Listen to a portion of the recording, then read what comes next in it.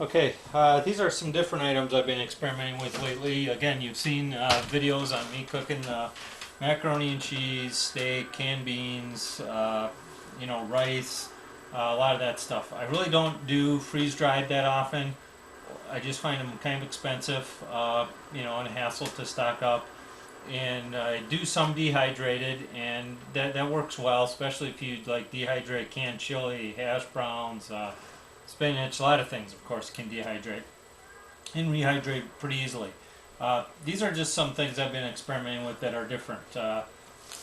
Instant milk, not to drink, again, for cooking. If you're making pancakes or whatever, if something calls for milk, this does work as a substitute. Of course, olive oil I use to uh, fry with and put in whenever oil is. I've been putting in this little spray bottle lately, and it doesn't spray it. It does come out in a stream, but I find it conserves a lot more oil. If you try and pour olive oil, you just end up wasting a lot. Now, olive oil is pretty expensive. Grated Parmesan cheese, that adds quite a bit of flavor. You are supposed to refrigerate after you open it. I really don't worry about that too much. Some of these, they're called butter spuds, all natural butter flavored granules.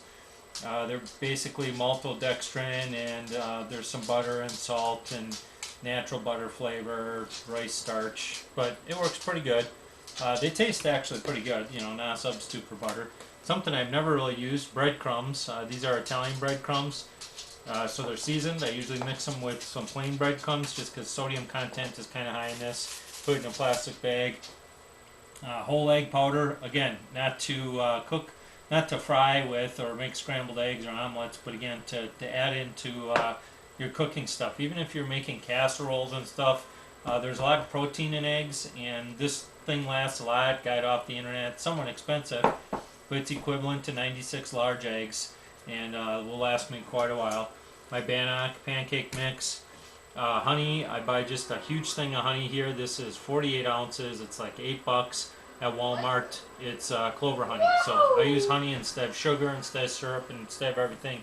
I usually carry it in one of these. This weighs about 8 ounces. So that's kind of, that is a lot to weigh around. There are honey granules. I haven't tried those. But I like honey as a substitute for sugar and syrup and anything else sweet. Okay, more things I've been playing with, experimenting. I found on the internet this stuff, pure tomato powder, Angelina's Gourmet. A lot of this order over Amazon.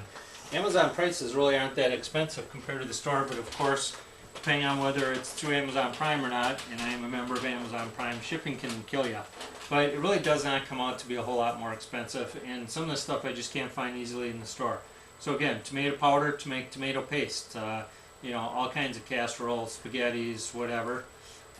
This is really great stuff. Berry Farms. Now, I'm not saying this is organic or, as far as I know, none of this stuff has MSG added, but it does have salt. So, and they're not necessarily any better than box type mixes. But sour cream and chives powder.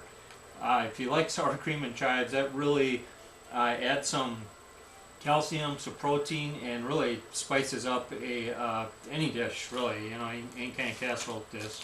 Chicken bouillon, cheddar powder. This is similar to the powder that's in macaroni and cheese, boxed macaroni and cheese. But again, I make some cheddar powder and sour cream, put in a couple tablespoons of water, just mix it up into a little broth, put it in, chicken and rice and all kinds of things.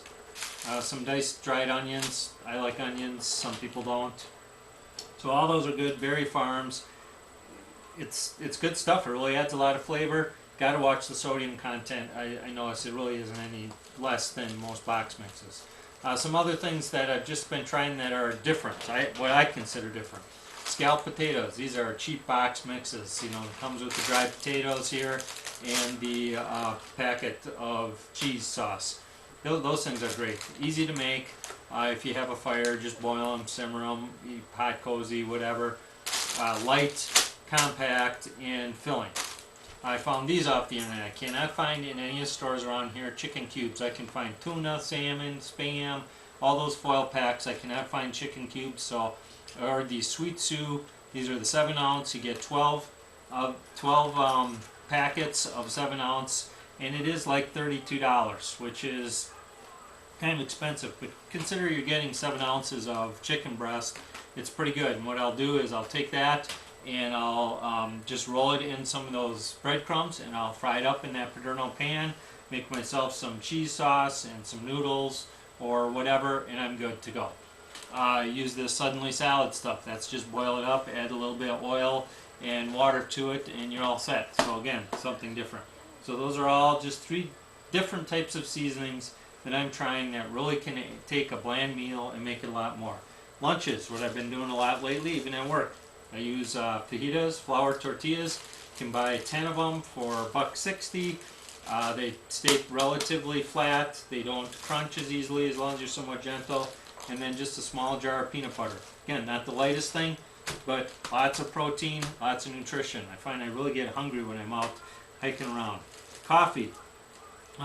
Did a bit on this, but what I've been doing for coffee, I love my Starbucks Via. I like Starbucks drip coffee. I like Starbucks fresh made from Starbucks. But in the field, what I do is I fill up my 18-ounce Glacier stainless steel cup here to not quite full, so about 16 ounces. Heat her up to just before boiling.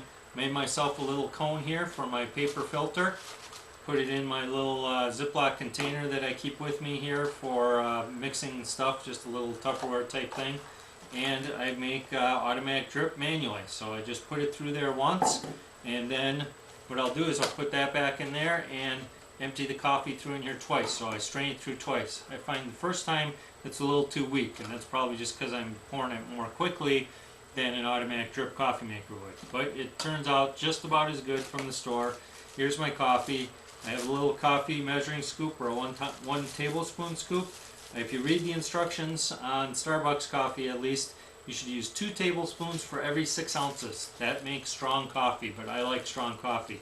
So if I'm doing 16 ounces in here, I'll usually put 5 scoops of grounds in there, heat it up, and put it through. Now when I pour it back and forth, it does tend to cool off a little bit. That really doesn't bother me. Some people like their coffee piping hot. In that case, you probably have to heat your coffee up again over your fire. Another idea that works with that Paderno pan and foil over the top of it and some coals is corn muffin mix. It's not the tastiest thing, but it is it is different. So if you like cornbread, get some of this cheap corn muffin mix and try baking a little bit. Again, this is not really for use of the Trangia. This is fire type cooking. Cook and serve pudding, really kind of nice at night. Makes a mess out of your pot. So hopefully you can boil your pot out when you're done. But again, a good fire cooking. And then just don't forget your comfort foods. I use Charleston Chews, root beer barrels, raisins, Jolly Ranchers. Don't forget about your comfort food. When you're out there eating granola and freeze-dried meals and beef jerky, gets old quick. Have some comfort food with you. All right, that's it. Just give you some ideas of what I've been doing. Thanks.